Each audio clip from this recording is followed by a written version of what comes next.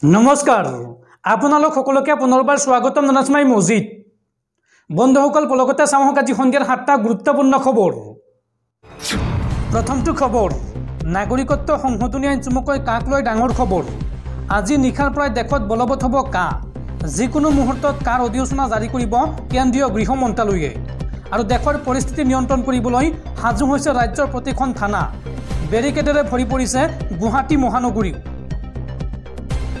দেশত আজিয়ে কা বলবৎ হোৱাৰ সম্ভাৱনা আছে কেন্দ্ৰীয় গৃহ মন্ত্ৰালয়ে আজিয়ে জাৰি কৰিব পাৰে কাৰ অধিসূচনা আনুষ্ঠানিক জাননী জাৰিৰ বাবে প্ৰস্তুতি কেন্দ্ৰীয় গৃহ মন্ত্ৰালয়ৰ সমগ্ৰ দেশতে গঢ়ি তোলা হৈছে কটকটীয়া নিৰাপত্তা বেষ্টনী গুৱাহাটী মহানগৰীত অভূতপূৰ্ব নিৰাপত্তা বেষ্টনী আৰু সম্ভাৱ্য পৰিস্থিতিৰ বাবে হাজু থাকিবলৈ অসম আৰক্ষীক নিৰ্দেশ দিয়া হৈছে গৃহ মন্ত্ৰালয়ৰ সৈতে ভিডিঅ' কনফাৰেন্সত মিলিত হৈছে ৰাজ্য চৰকাৰৰ প্ৰশাসন ভিডিঅ' কনফাৰেন্সত অংশগ্ৰহণ কৰে ৰাজ্যৰ মুখ্য সচিব আৰু অসম আৰক্ষীৰ ডিজিপিয়ে অসম পশ্চিমবংগ আৰু ত্ৰিপুৰা লগতে উত্তৰ প্ৰদেশত আৰক্ষী বাহিনী সাজু কৰা হৈছে উল্লেখযোগ্য যে নিৰ্বাচনৰ আগতে কা বলবৎৰ কথা ঘোষণা কৰিছিল কেন্দ্ৰীয় গৃহমন্ত্ৰীয়ে আৰু তাৰ পিছতে আজি নিশাৰ পৰাই দেশত বলবৎ হ'ব পাৰে কা পৰৱৰ্তী খবৰ দেশৰ লাখ লাখ মুছলমান লোকলৈ ভাল খবৰ সৌদি আৰবত দেখিবলৈ পোৱা গ'ল ৰমজানৰ জোন আৰু ভাৰতত 12 মাৰ্চৰ পৰা আৰম্ভ হ'ব ৰমজানৰ ৰোজা অৰ্থাৎ আজি নিশা খাব লাগিব ৰমজানৰ চেহৰি সৌদি আৰবত দেখিবলৈ পোৱা গ'ল ৰমজানৰ জোন ভাৰতত 12 মাৰ্চৰ পৰা আৰম্ভ হ'ব ৰমজানৰ ৰোজা মাজত মাত্ৰ কেইটামান ঘণ্টা বাকী দেশৰ কোটি কোটি ইছলাম ধৰ্মৰ লোকে পালন কৰিব ৰমজান দেশত 12 মাৰ্চৰ পৰা আৰম্ভ হ'ব পবিত্ৰ ৰমজান মাহ ৰমজানৰ ৰোজাৰ বাবে সাজু হৈছে বিশ্বৰ সকলো মুছলমান লোক সূৰ্যোদয়ৰ পৰা সূৰ্যাস্তলৈকে উপবাসে থাকিব প্ৰতিগৰাকী মুছলমান লোক পুৱা 4:20 পূৰ্বে কৰিব লাগিব চেহৰি আৰু 4:30 পৰা আৰম্ভ হ'ব পবিত্ৰ ৰোজা ইফতাৰ হ'ব সন্ধিয়া 5:30 প্ৰথম ৰোজা হ'ব 13 ঘণ্টা 19 মিনিট আৰু অন্তিম অৰ্থাৎ শেষৰটো ৰোজা হ'ব 14 ঘণ্টা 14 মিনিট আৰু সম্পূৰ্ণ 30 দিন ৰোজা ৰখাৰ পিছত পবিত্ৰ ঈদ পালন কৰিব মুছলমান লোকসকলে পৰৱৰ্তী খবৰ এইবাৰ নিৰ্বাচনত হাৰিব বিজেপি অসমৰ 3টা লোকসভা সমষ্টিত পৰাস্ত হ'ব বিজেপি দল এই কথা আজি মানি ল'লে মুখ্যমন্ত্ৰী হিমন্ত বিশ্ব শৰ্মাই লগতে কোন কোন সমষ্টিত পৰাস্ত হ'ব হেয়াও ক'লে মুখ্যমন্ত্ৰী হিমন্ত বিশ্ব শৰ্মাই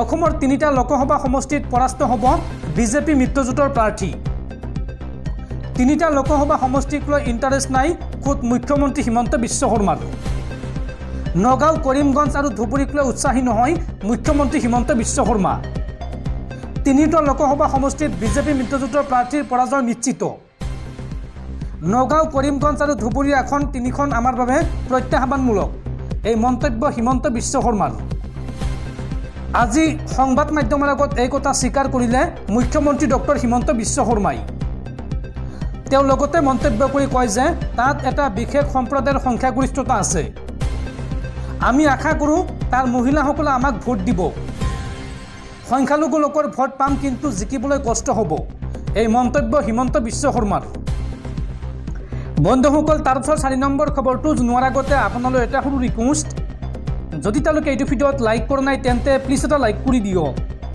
আৰু এনেকুৱা ধৰণৰ নতুন নতুন ভিডিঅ' পাবলৈ চেনেলটো ছাবস্ক্ৰাইব কৰি কাষত থকা বেল আইকনটো প্ৰেছ কৰি ৰাখক পৰৱৰ্তী খবৰ দেশবাসীলৈ বেয়া খবৰ ভাৰতত গণতন্ত্ৰ অৱনমিত হৈছে বিশ্বৰ 179খন দেশৰ ভিতৰত ভাৰতৰ গণতন্ত্ৰৰ স্থান 104 শেহতীয়া সমীক্ষাত প্ৰকাশ পাইছে এই তথ্য ভাৰতত গণতন্ত্ৰ অৱনমিত হৈছে বিশ্বৰ 179খন দেশৰ ভিতৰত ভাৰতৰ গণতন্ত্ৰৰ স্থান 104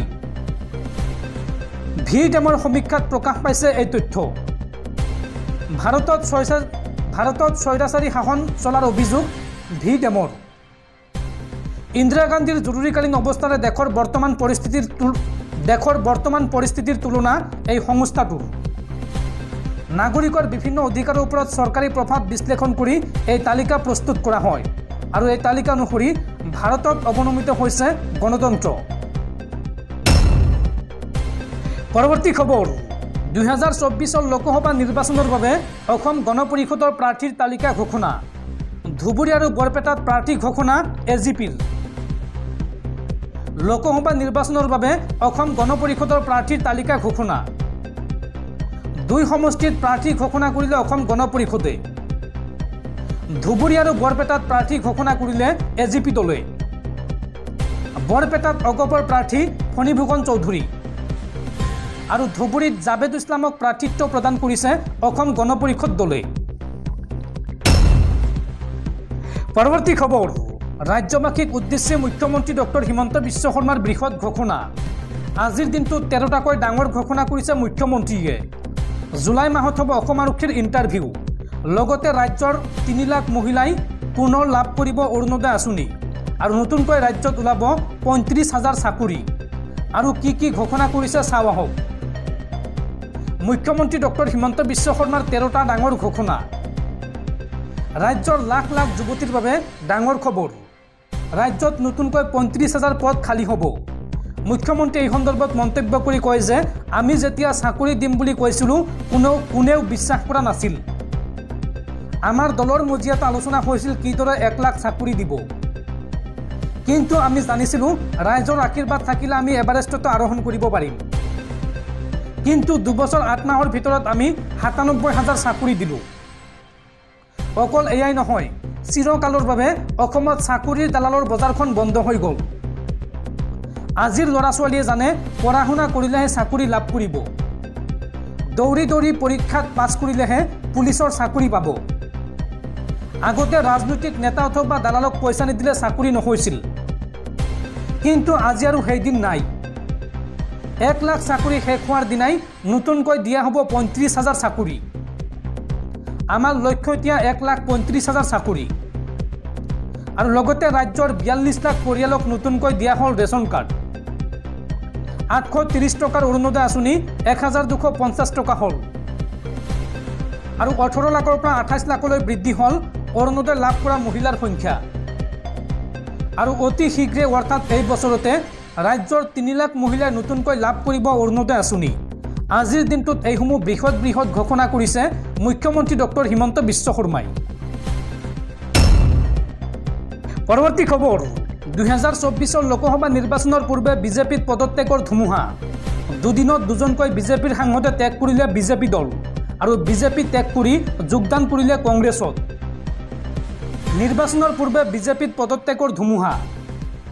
দুদিনত দুজনকৈ বিজেপিৰ সাংসদে ত্যাগ কৰিলে বিজেপি ত্যাগ কৰি যোগদান কৰিলে কংগ্ৰেছত। হাৰিয়ানাৰ পিছত এবাৰ ৰাজস্থান বিজেপিত মক্ষম আঘাত। বিজেপি এৰি কংগ্ৰেছত যোগদান সাংসদৰ। ৰাজস্থানৰ বিজেপিৰ সাংসদ ৰাছুল পাছোৱানৰ যোগদান কংগ্ৰেছত। মল্লিকাৰ্জুন খাৰ্গেৰ উপস্থিতিত বৃহৎ যোগদান সভা অনুষ্ঠিত হয় আৰু এই সভাতেই বিজেপিৰ সাংসদগৰাকীয়ে যোগদান কৰে কংগ্ৰেছত। উল্লেখযোগ্য যে দেওবাৰে হাৰিয়ানাতো এগৰাকী বিজেপিৰ সাংসদে ত্যাগ কৰিছিল দল। বিজেপিৰ সাংসদ ব্ৰিজেন্দ্ৰ সিঙে যোগদান কৰিছিল কংগ্ৰেছত। অৰ্থাৎ 2টা দিনৰ ভিতৰত দুগৰাকী বিজেপিৰ সাংসদে বিজেপি দল ত্যাগ কৰি যোগদান কৰিছে কংগ্ৰেছত। নিৰ্বাচনৰ পূৰ্বে নিশ্চয় বিজেপিৰ বাবে শুভ লক্ষণ নহয়।